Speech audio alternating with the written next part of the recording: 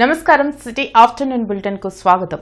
ముఖ్యమంత్రి చంద్రబాబు అధ్యక్షతన వెలగపూడి సచివాలయంలో మంత్రివర్గ సమావేశం జరిగింది. దాదాపు 80కి పైగా అజెండా అంశాలపై చర్చించి కీలక నిర్ణయాలు తీసుకున్నారు. ఎస్ఐపిబి సిఆర్డీఏ అథారిటీ సమావేశంలో తీసుకున్న నిర్ణయాలకు కేబినెట్ ఆమోదం తెలిపింది. రాజధాని అమరావతిలో అభివృద్ది పనులతో పాటు పలు సంస్థలకు భూ కేటాయింపులకు గ్రీన్ సిగ్నల్ ఇచ్చారు.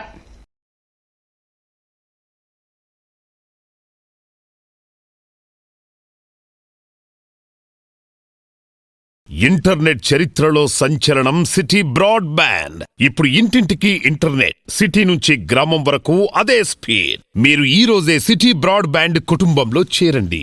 2024 ఎన్నికల ఓటమి నిరాశతో ప్రాంతాలు, మతాలు, కులాల మధ్య చిచ్చుపెట్టి చలికాచుకోవాలని వైసీపీ చూస్తుందని మంత్రి నిమ్మల రామానాయుడు తీవ్ర వ్యాఖ్యలు చేశారు. వెలగపూడి సచివాలయంలో ఎంపీ సానా సతీష్ తో కలిసి ఆయన మీడియాతో మాట్లాడారు. బలమైన నేతలను తయారు చేసే కర్మాగారం టీడీపీ అయితే నేరస్తులను తయారు చేసే ఫ్యాక్టరీ వైసీపీ అని ధ్వజమెత్తారు. ఈడబ్ల్యూఎస్ కాపు రిజర్వేషన్ ను రద్దు చేసి కాపు ద్రోహిగా జగన్ మిగిలిపోయారని విమర్శించారు. మరి అధికారంలో ఉన్నటువంటి 5 సంవత్సరాలు ఆ రోజు కరేపాకుల మాదిరిగా మరి కాపుల్ని వాడుకుని వదిలేసినటువంటి పరిస్థితి మీది. కానీ ఈరోజు మేము అధికారంలోకి వచ్చాక మీరు చూశారు, ఈవేళ ఇప్పుడే చూసాం ఒక ఎంపీగా ఆయనకి పదవులు ఇవ్వడం కానీ ఈ విధంగా మరి అదేవిధంగా కాపులకి సంబంధించినటువంటి మరి ఈవేళ మీకు నేను ఒక ఇరిగేషన్ శాఖ మంత్రిగా ఉన్నాం. ఈవేళ పోలవరం ప్రాజెక్టు ఉంది. పోలవరం ప్రాజెక్టు పూర్తవుతే మరి నిజంగా అక్కడ మేలు జరిగేది ఆ గోదావరి జిల్లాలో కాపులకే. మరి అటువంటి పోలవరాన్ని కూడా నువ్వు 5 సంవత్సరాలు నిర్వీర్యం చేసేసి ప్రశ్నార్థకం చేసావు. మళ్ళీ వేళ పోలవరాన్ని మేము పూర్తి చేస్తున్నాం. అంటే ఈ రకంగా ఈ యొక్క 2 ఏళ్ల కూటమి పాలనలో నేరుగానే కాకుండా ఇండైరెక్ట్గా కూడా ఉద్యోగ ఉపాధి అవకాశాలు పెంపొందించేటువంటి విషయంలో కూడా ఈవేళ కాపు యువత కూడా ఈరోజు లబ్ధి చెందుతున్నటువంటి పరిస్థితి. అత్యున్నత స్థాయి కార్పొరేట్ వైద్య సేవలు ఇప్పుడు అందరికీ అందుబాటులో. అత్యాధునిక పరికరాలతో అత్యున్నత స్థాయి వైద్య సేవలు అందిస్తున్న హాస్పిటల్ ఆంధ్ర ప్రైమ్ హాస్పిటల్. ప్రధానమంత్రి నరేంద్ర మోడీ నేతృత్వంలో గత 12 ఏళ్ల నుంచి దేశంలో సుపరిపాలన జరుగుతోందని భారతీయ జనతా పార్టీ నేతలు పేర్కొన్నారు. ప్రపంచ ఆర్థిక వ్యవస్థలో భారతదేశం 4వ స్థానంలో నిలవడం గర్వంగా ఉందన్నారు. ఈ మేరకు బీజేపీ రాష్ట్ర అధికార ప్రతినిధి వల్లూరు జయప్రకాష్ నారాయణ, ఎస్సీ మోర్చా రాష్ట్ర ఉపాధ్యక్షుడు దేవానంద్ గుంటూరులో మీడియాతో మాట్లాడారు. డబుల్ ఇంజిన్ సర్కార్ అభివృద్దిలో దూసుకుపోతుందని తెలిపారు. రాష్ట్రంలో కూడా 100 కోట్ల రూపాయలతో అభివృద్ది పనులు చేపట్టడం జరిగిందని చెప్పారు. ఆంధ్రప్రదేశ్ అభివృద్ది కోసం కేంద్ర ప్రభుత్వం ఆర్థిక పరంగా పూర్తి స్థాయిలో సహకారం అందించడం జరుగుతుందన్నారు.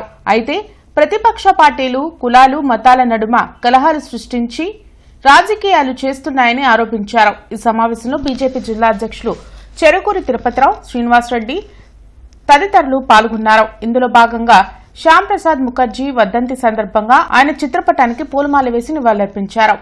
ఈరోజు ఉద్దేశపూర్వకంగా కూటమిలో విభేదాలు రావాలనే ఆలోచనతో ఈరోజు కులాల మధ్య, మతాల మధ్య ఉద్దేశపూర్వకంగా వైసీపీ వారు తమ యొక్క పబ్బం కట్టుకునే దానికోసం వాళ్ళ యొక్క సావరపులు ఏ విధంగా ఉన్నాయంటే ఈరోజు వాళ్ళు ఏమి చేసుకోలేక ఈరోజు కూటమి ఇంత విధంగా బలపడింది. ఈరోజు గ్రామీణ స్థాయి నుండి ఆ జాతీయ స్థాయి వరకు ఈ యొక్క కూటమి 2-3 పార్టీలు బలంగా ఉన్న తీరుని తట్టుకోలేక ఈరోజు రకరకాల జిమ్మితులు చేస్తున్నారు. అయినా కూడా ఈరోజు ఓ పక్క సంక్షేమం, ఓ పక్క అభివృద్ధి ఎక్కడా కూడా ఆగటం లేదు. కులాలకు సంబంధించినటువంటి కుమ్ములాట్లు పెట్టే విధంగా ఇవాళ వైఎస్ఆర్సీపీకి సంబంధించినటువంటి కొంతమంది నాయకుల్ని, ముఖ్యంగా ఆ వర్గానికి సంబంధించిన నాయకులను ముందు పెట్టి జగన్మోహన్ రెడ్డి గారు మరొక రాజకీయ వికృత క్రీడ ఈ రాష్ట్రంలో మొదలుపెట్టినటువంటి దుస్థితి మనం చూస్తా ఉన్నాం.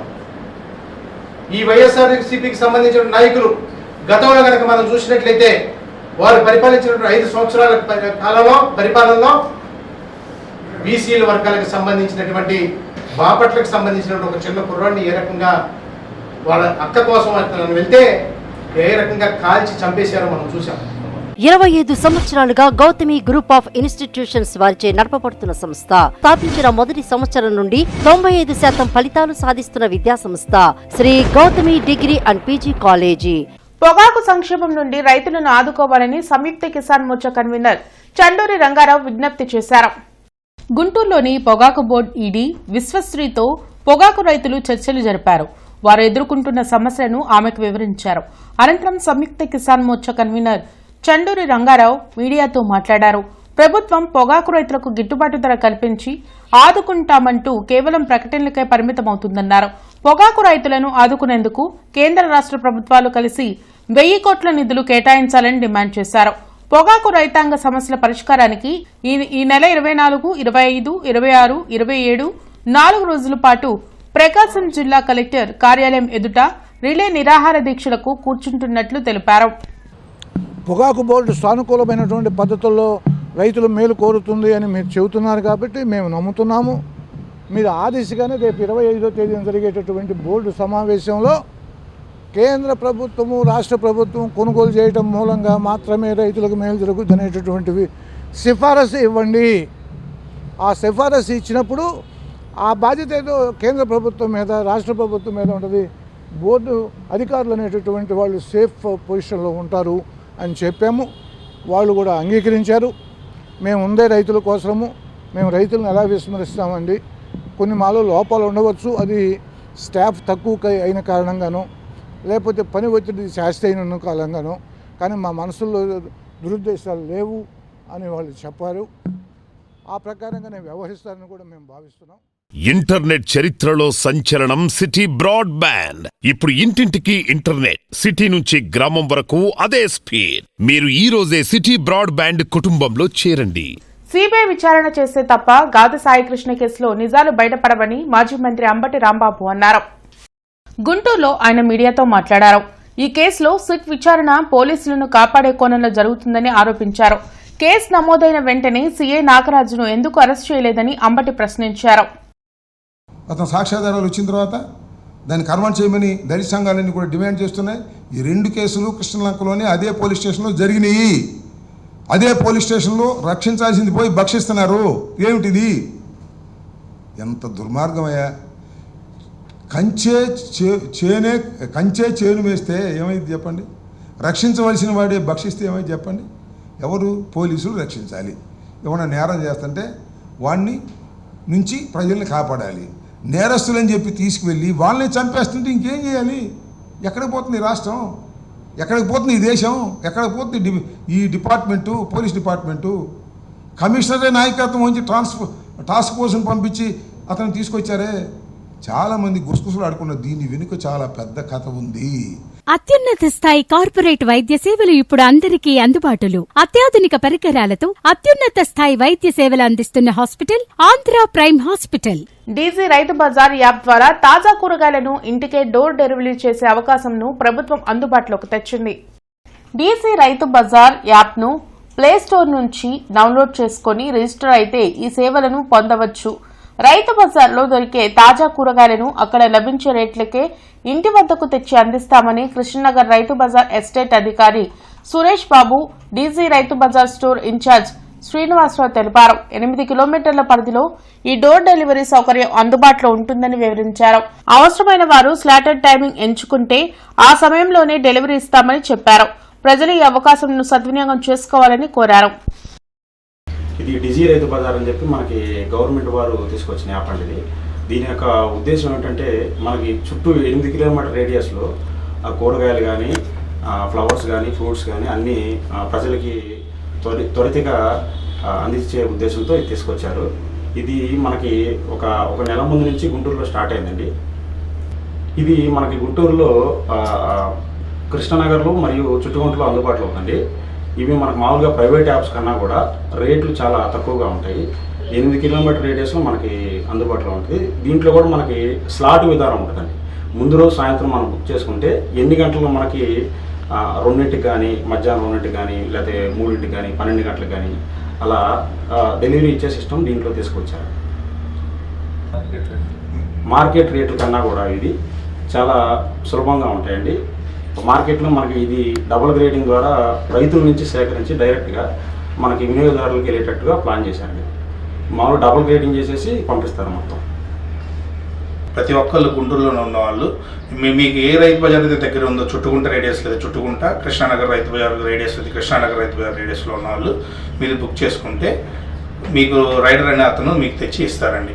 మీ క్వాలిటీ ఇష్యూ ఉన్న ఏదైనా మీరు రైజ్ చేసి మంచి చేసుకుంటే యాప్ కూడా మంచి డెవలప్ అవుతుంది. గవర్నమెంట్ వారు ఇచ్చిన ఈ యొక్క అవకాశాన్ని మీరు సద్వినియోగం చేసుకోవాలని అందరిని కోరుచున్నాము. ఇది మీకు పాంప్లెట్స్ కూడా ఇస్తారండి. ఈ డిజి రైతు బజార్ యాప్కి సంబంధించింది ఇది. మీరు ఎట్లా రిజిస్ట్రేషన్ చేసుకోవాలనేది కూడా దీంట్లో ఉంది. ఏమైనా డౌట్స్ ఉన్నా కానీ రైతు బజార్ దగ్గరకు వచ్చి ఈవో కానీ ఆఫీస్ లేకపోతే డిజి రైతు బజార్ స్టోర్ ఉంటుంది, అక్కడ కానీ మీరు సంప్రదించాలండి. 25 సంవత్సరాలుగా గౌతమి గ్రూప్ ఆఫ్ ఇన్స్టిట్యూషన్స్ వారిచే నడపబడుతున్న సంస్థ. స్థాపించిన మొదటి సంవత్సరం నుండి 95% ఫలితాలు సాధిస్తున్న విద్యా సంస్థ Shri Gautami degree and PG college. ఈ నెల 28న బ్రహ్మకుమారి స్వరదాని భవన్ ప్రారంభోత్సవం నిర్వహించనున్నట్లు బ్రహ్మకుమారి ఉమా రాజేశ్వరి తెలిపారు. కార్యక్రమానికి సంబంధించి పోస్టర్ను ప్రజాపిత బ్రహ్మకుమారి ఈశ్వరి విశ్వవిద్యాలయంలో ఆవిష్కరించారు. అదే రోజు సాయంత్రం ఆధ్యాత్మిక జాగృతితో ప్రపంచ పరివర్తన అనే అంశంపై బ్రహ్మకుమారి రాజయోగిని తపస్విని ఉషా దీదీజీ ప్రసంగం ఉంటుందని చెప్పారు. అలాగే ఉచిత రాజయోగ శిక్షణ శిబిరాన్ని ప్రజలు సద్వినియోగం చేసుకోవాలని కోరారు. కార్యక్రమంలో బ్రహ్మకుమారి అరుణ, శిరీష, ఝాన్సీ, భవానీ తదితరులు పాల్గొన్నారు. గుంటూరు పట్టణ పుర ప్రముఖులందరి కోసం కూడా విశేషంగా కార్యక్రమాన్ని ఏర్పాటు చేయడం జరిగింది. ముఖ్యమైనటువంటి అతిథులందరినీ కూడా బ్రహ్మకుమారి సంస్థ వారు ఆహ్వానిస్తూ ఉన్నారు. అందరికీ పరమాత్ముని యొక్క సందేశం అందించాలనే ఉద్దేశంతో spiritual awakening to world renewal అనేటువంటి ఒక గెట్ టుగెదర్ కార్యక్రమాన్ని ఏర్పాటు చేయడం జరిగింది. సంధ్యా సమయంలో సాయంత్రం 5:30 నుంచి ఈ కార్యక్రమం ప్రారంభం. ఈ కార్యక్రమానికి గుంటూరు పట్టణ పుర ప్రముఖులందరికీ కూడా విశేషంగా ఆహ్వానము. అశోక్ నగర్ 5th లైన్లో వరదాని భవనం మీ అందరినీ ఆహ్వానిస్తుంది. ఈ కార్యక్రమానికి అందరికీ కూడా తప్పకుండా స్టేట్ అఫీషియల్స్ అందరూ కూడా మన యొక్క ఎంపీ, ఎమ్మెల్యేలు, అలాగే కలెక్టర్, కమిషనర్. ఇవి ఇప్పటివరకున్న వార్తా వివరాలు. మరికొన్ని వార్తా విశేషాలతో మళ్ళీ కలుద్దాం. అంతవరకు సెలవు. నమస్కారం.